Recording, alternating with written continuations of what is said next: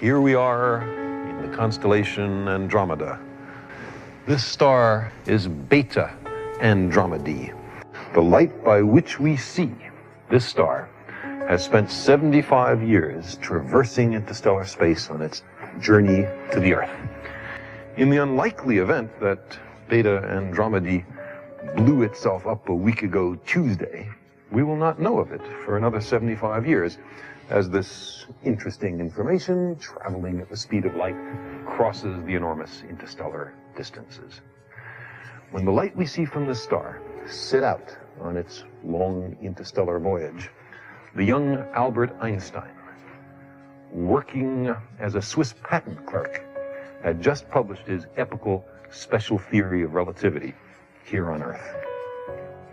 We see that space and time are intertwined. We cannot look out into space without looking back into time. The speed of light is very fast, but space is very empty, and the stars are very far apart. In fact, the distances that we've been talking about up to now are very small by the usual astronomical standards. In fact, the distance from the Earth to the center of the Milky Way galaxy is 30,000 light years. From our galaxy to the nearest spiral galaxy like our own, called M31, is 2 million light years.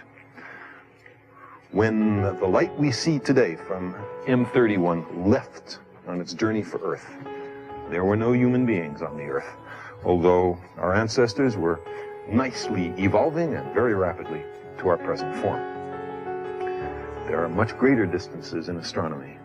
The distance from the Earth to the most distant quasars is 8 or 10 billion light years. We see them as they were before the Earth itself accumulated, before the Milky Way galaxy was formed. The fastest space vehicles ever launched by the human species are the Voyager spacecraft. They are traveling so fast that it's only 10,000 times slower than the speed of light. The Voyager spacecraft will take 40,000 years to go the distance to the nearest stars, and they're not even headed towards the nearest stars.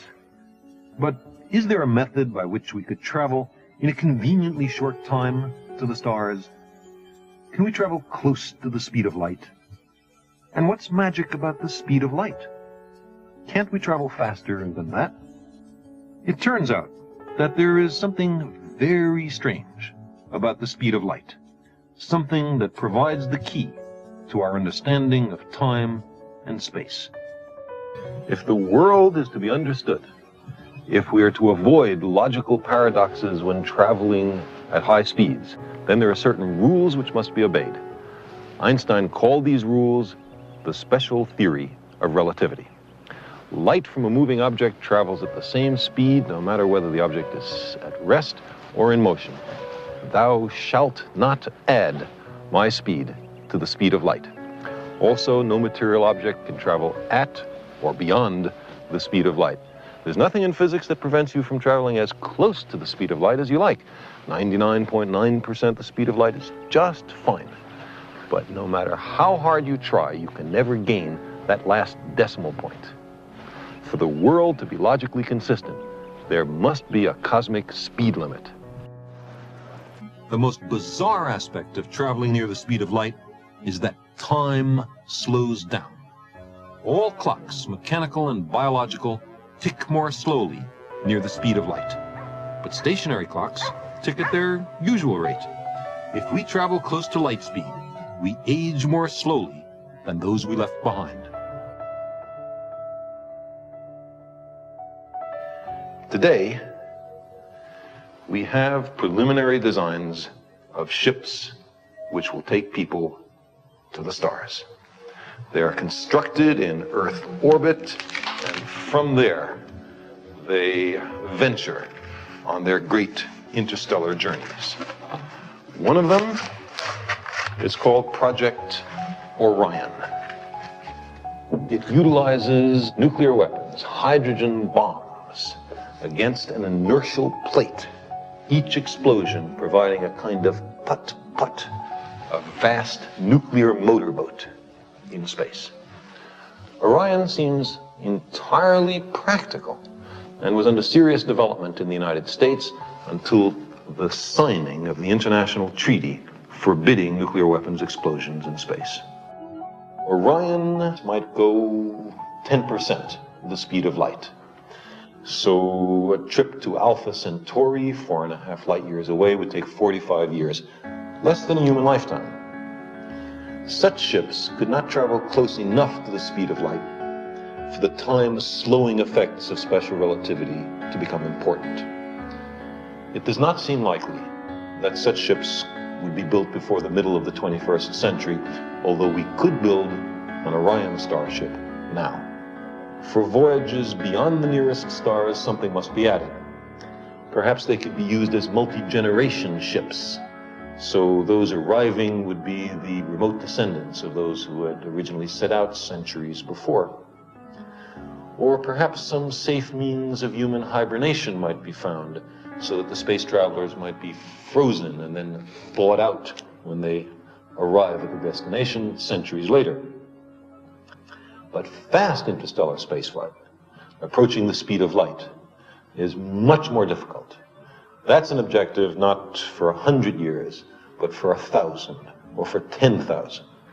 But it also is possible. A kind of interstellar ramjet has been proposed, which scoops up the hydrogen atoms which float between the stars, accelerates them into an engine, and spits them out the back. For most of the trip, the velocity would be very close to the speed of light, and time would slow down enormously. By how much? Barnard's star could be reached by such a ship in 8 years ship time. The center of the Milky Way galaxy in 21 years. The Andromeda galaxy in 28 years. Of course, the people left behind on the Earth would see things somewhat differently. Instead of 21 years to the center of the galaxy, they would measure it as 30,000 years. When we got back, very few of our friends would be around to greet us. In principle, such a journey, mounting the decimal points closer and closer to the speed of light, would even permit us to circumnavigate the known universe in 56 years ship time. We would return tens of billions of years in the far future, with the Earth a charred cinder and the sun dead. Relativistic spaceflight makes the universe accessible to advanced civilizations, but only to those who go on the journey, not to those who stay home. These designs are probably further from the actual interstellar spacecraft of the future than Leonardo's models are from the supersonic transports of the present. But if we do not destroy ourselves, I believe that we will one day venture to the stars. When our solar system is all explored, the planets of other stars will beckon.